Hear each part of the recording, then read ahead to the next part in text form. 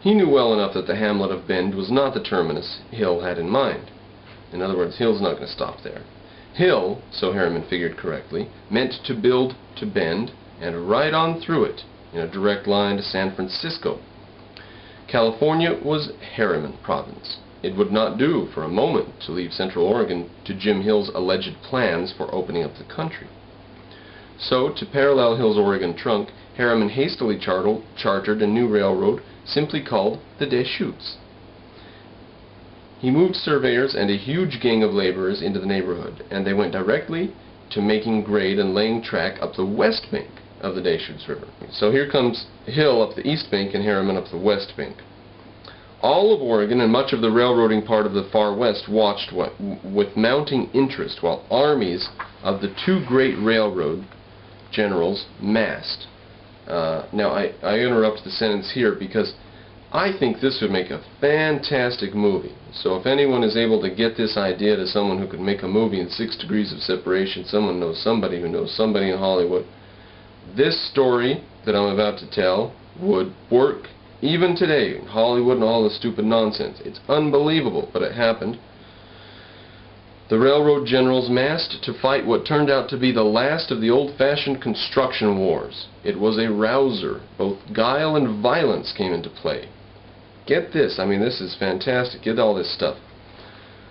All supplies had to be toted in over rough country. Teamsters were made drunk or doped or removed bodily from their wagons. In the narrow Deschutes Canyon, little more than a mere cleft in high bluffs of rock, the opposing crews carefully placed dynamite charges and exploded them at opportune times. So they're each building up the bank of a river that's walled in by high bluffs. Shovels, crowbars, and pick handles were used for close fighting. Men were killed. Several warriors narrowly escaped death when great boulders suddenly came rolling down the steep grade. If you ever wonder what anarchy would be like, just follow the construction wars in the 1800s and you'll see what happens in civilized societies with men who can read and write, supposedly. And what would you do in a state of anarchy when there's no government to rely on, even at the last, in the last draw? Here, men were actually killed in these construction wars, and this sort of violence happened in several occasions throughout the 1800s. But this is just a little taste of what anarchy would be.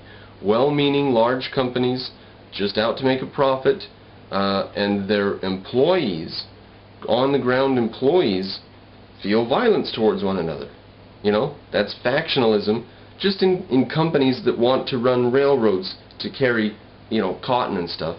People are killing each other in the construction. That's a little taste of anarchy. In more open places, the factions harassed each other's right-of-way with fences, barricades of dynamited rock, and court orders. Armed guards lay flat on the rimrock to shoot at any mysterious movements in the brush. Some of this is so fantastic and bizarre. I almost need to corroborate it with other sources to make sure that it's true, but I read about these bizarre battles before, the construction wars. I read about this before. One crisis came at mile 75. The Harriman construction boss, George W. Boschke, B-O-S-C-H-K-E, who had built the famous seawall at Galveston, received a telegram. Galveston, Texas, was wiped out in a, was wiped out the way that New Orleans was, sort of. And the Army Corps of Engineers went in there and did a huge project, spent all kinds of money to build up this island, barrier reef island, whatever, barrier island, that probably had not to be inhabited. That's the Galveston Wall, and Boschke had built that. So he's there. He was the construction boss for Harriman, and he gets a telegram one day from Texas City. Quote, "Come at once, the seawall has broken," unquote. He ignored the fake wire. So this is a story with all kinds of intrigue. The campaign at last came to a head at the ranch of a man named Smith, who managed to prove his right to the claim, then sold the right-of-way to Harriman. There was no other route to Bend than through this particular ranch.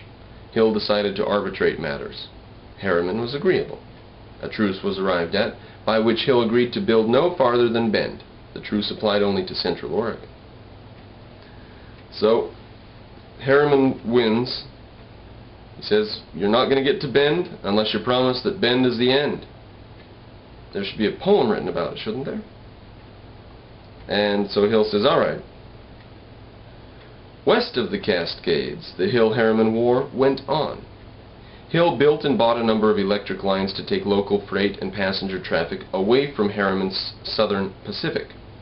He bought an ocean terminal near the mouth of the Columbia River, put 2 fine steamers on the San Francisco run, and ran a special boat train from Portland, all to compete with the Harriman rails of California. Harriman was not idle. He built a large number of feeder lines in western Oregon and laid plans for a new SP line from Weed, California to Portland by way of Klamath Falls. This line was not completed until after Harriman's death in 1909. Hill died in 1916, and here's where our story is going to wind down. 2 paragraphs will be done with Hill, so savor it. Hill died in 1916, too soon to see the Great Northern's extension south from Bend to connect with the Western Pacific and California, over which Great Northern trains could at last reach San Francisco. Only then could the Hill-Harriman War be considered finished. Harriman left an estate variously estimated at from $75 to $100 million. According to our rather quaint, if conventional method of grading great men, that would make Harriman a much greater man than Hill, with his miserable $53 million estate. Which man exerted a greater influence on the American West could be and often has been a subject for debate. The influence of both was very great. The difference between the 2 men would seem to have been chiefly in appearance. Wrong answer. Harriman, I don't know if you've ever heard of the Big Four in California, the monopoly that owned the whole state of California railroad traffic. They were a destructive monopoly enforced by state control.